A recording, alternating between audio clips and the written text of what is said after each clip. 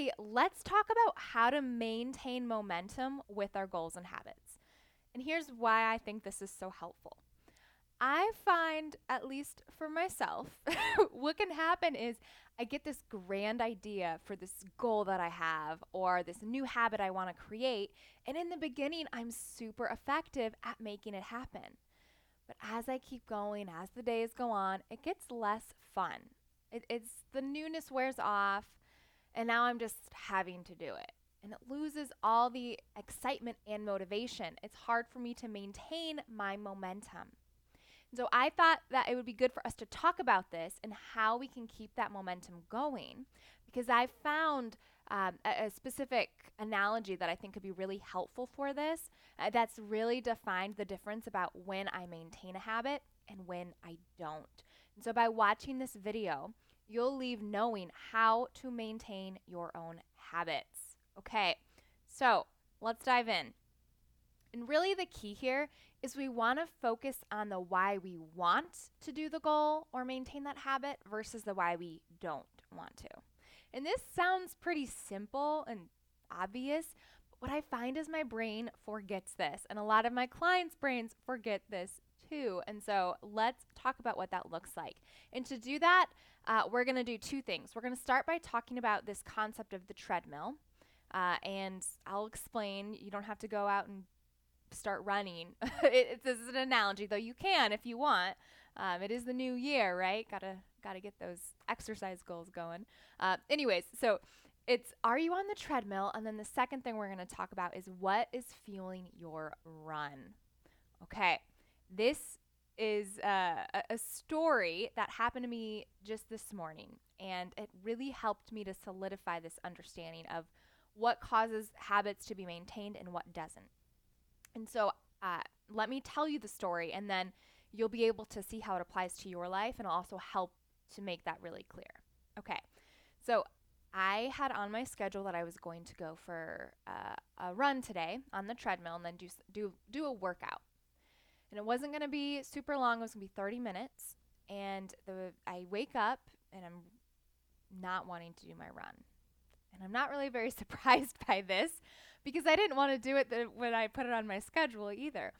And so I noticed this battle in my head where I'm trying to negotiate whether or not I actually have to run. It's like for some reason my brain thinks it's fair game because I didn't want to run for that to be the reason to not run. And so it starts saying things like, well, I mean, you ran just the other day and maybe it makes more sense to do this on the weekend. You have a lot to get to. This is going to take a lot of time that you could be working on your business or walking your dog or talking with your husband. There's other things you could be using with this time, and this really isn't even your main focus right now, so maybe we should just not. Well, maybe we should run a little bit less. Maybe we should go to the gym and do a class, but those are all an hour. So I just had all of these thoughts, and I was really questioning whether or not to work out. And then I decided, no, it was on my calendar, so I'm going to work out. And so then this anxiousness and dread overcame me. Instead of this like trying to get out of it, now I was just whining about having to do it.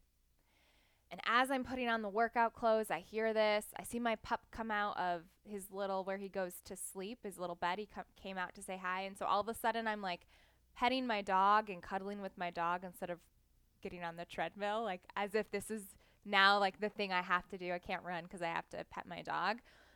Finally, I stop myself and I get myself on the treadmill. And the craziest thing happens. As soon as I hit the 5.5, because that was the speed I was going to run at, as soon as I hit that, the drama stopped. And I just started running. And while I'm running, I go back and forth. Like a part of me is like, this is awesome. I'm doing this for myself. I'm so proud. I can't believe it. I'm running. This is great. And then the other part of me is like, oh, I don't really like this. This isn't very fun. I don't want to do this. But it keeps running. There's never question in my mind about whether or not I'm going to keep running. I was on the treadmill. I'm running. This is the thing that's happening. I'm doing it. And so I ran for the amount of time that I told myself I would. And I completed the workout. And now I'm done with the workout.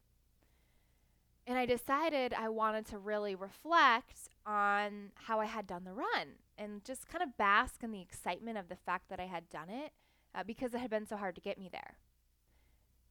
But I paused and realized I wasn't really feeling excited for having accomplished the run. I was pleased and happy with it, but it wasn't like this, like, yes, I did it. It didn't feel that dramatic. The most emotional pleasure I got from it happened while on the treadmill. Happened in knowing that I was doing this for me and I was running, I was making it happen, and I didn't let doubt stop me and I got on. And so I started to think how that applies to goals and habits. And I think what happens is our brains think that when we accomplish the goal or we do the thing we said we would do each day, that we're going to feel frickin' awesome. And it does feel pretty good. I'm not saying that it doesn't, but what I find is the part that feels the best is the actual doing it. I've talked before in previous videos about how last month I was all about doing the dishes every night, and I have carried that on to this month. And as I'm doing them, yeah, I don't love doing the dishes, but I love knowing that once they're done, I don't have any dishes to do. And so literally while I'm doing the dishes, I'm experiencing more joy than when they're done.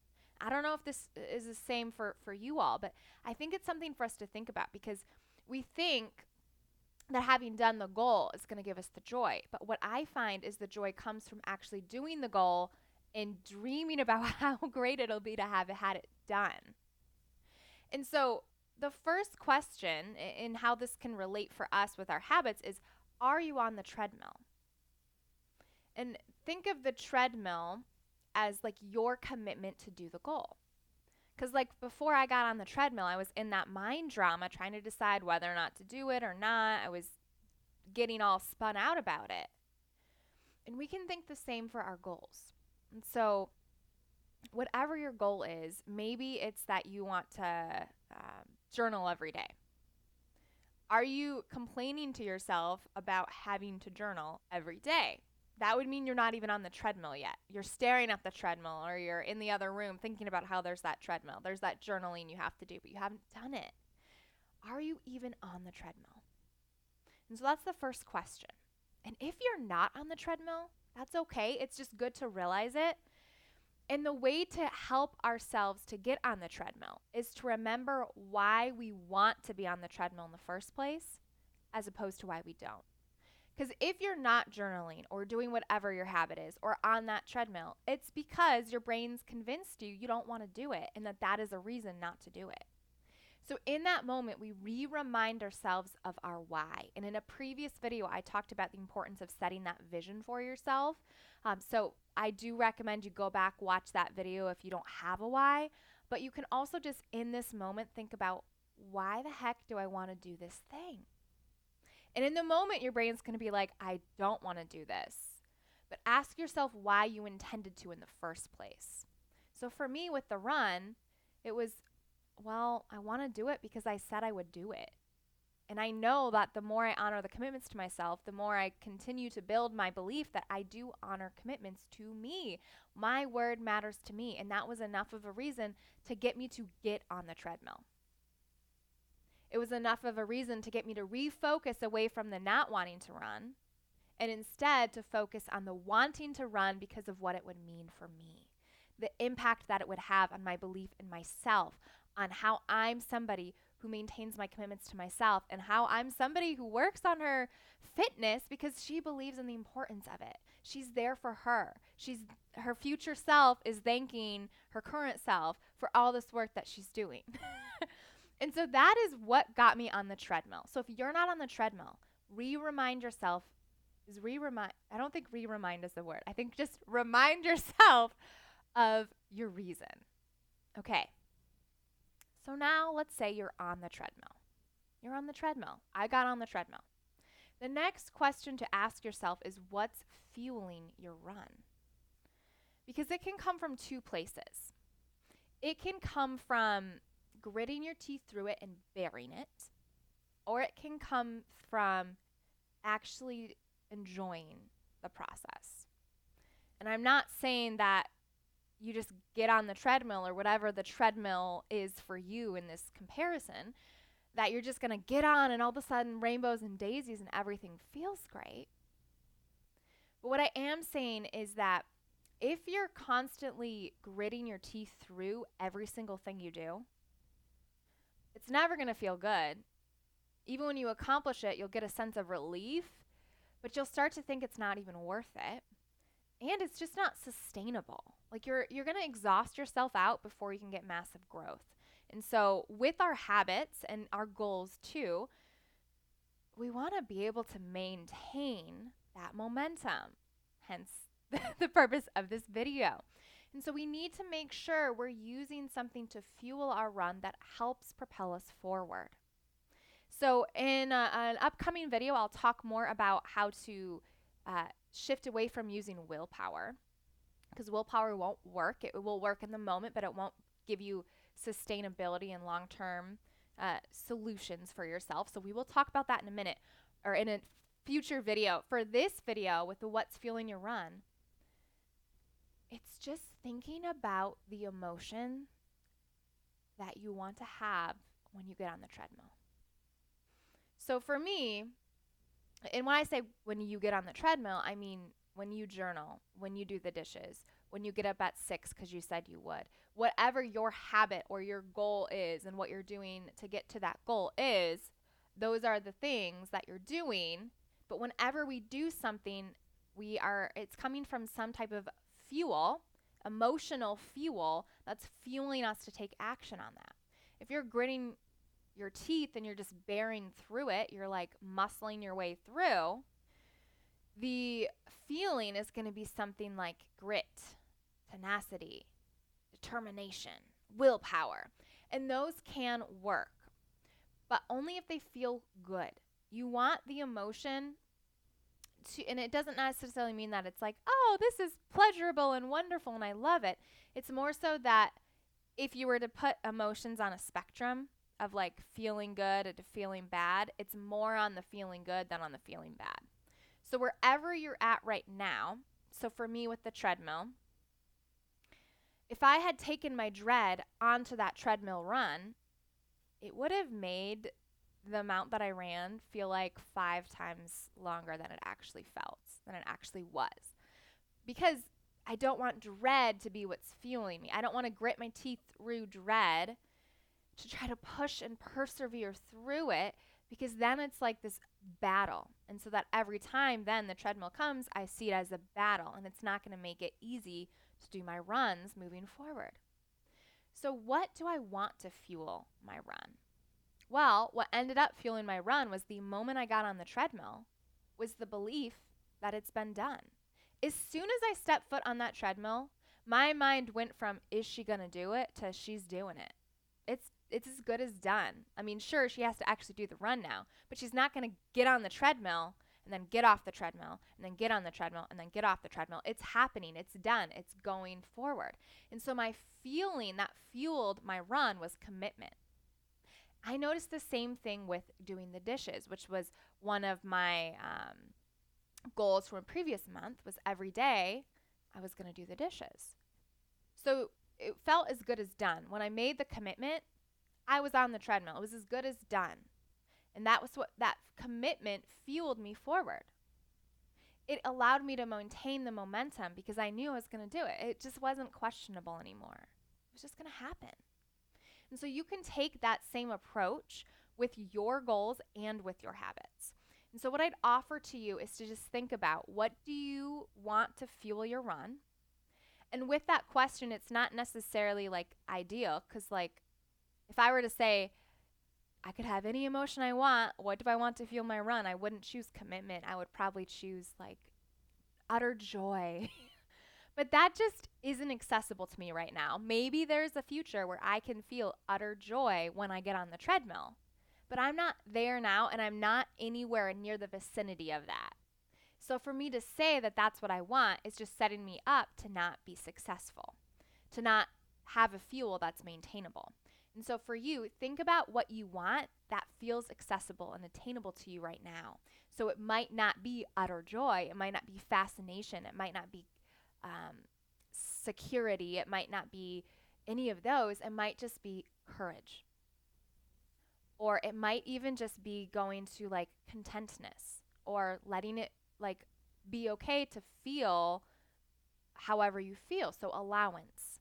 Whatever that fuel is for you, it has to feel one step better than maybe what's currently fueling you forward. And that's going to help you maintain your momentum so you can keep going. One last strategy I want to share that dovetails off of this and helps keep that momentum going is when you can show yourself your progress. Because what that does is it gives our brain a dopamine hit, and it helps us to feel the success that we've made over time. So one way that I recommend doing this is to track it. And I talked about this in a previous video, and then in the next video, we'll talk more about how to use willpower or not use willpower to run or do whatever your habit is. But for right now, I think this tracking mechanism is going to be super helpful for you, and it's super simple. So I'm just going to show it to you. Can you see that? I can't tell if you can see that. Okay, so this is just a calendar printout of January, and it's habit tracking. And I have 2 habits I'm working on right now. Now, again, I recommend you start with just one because you are stacking your habits. And so I started in December. So December was the dishes, and then January is no TV during the work week. And every day that I follow the habit, I give myself a mark.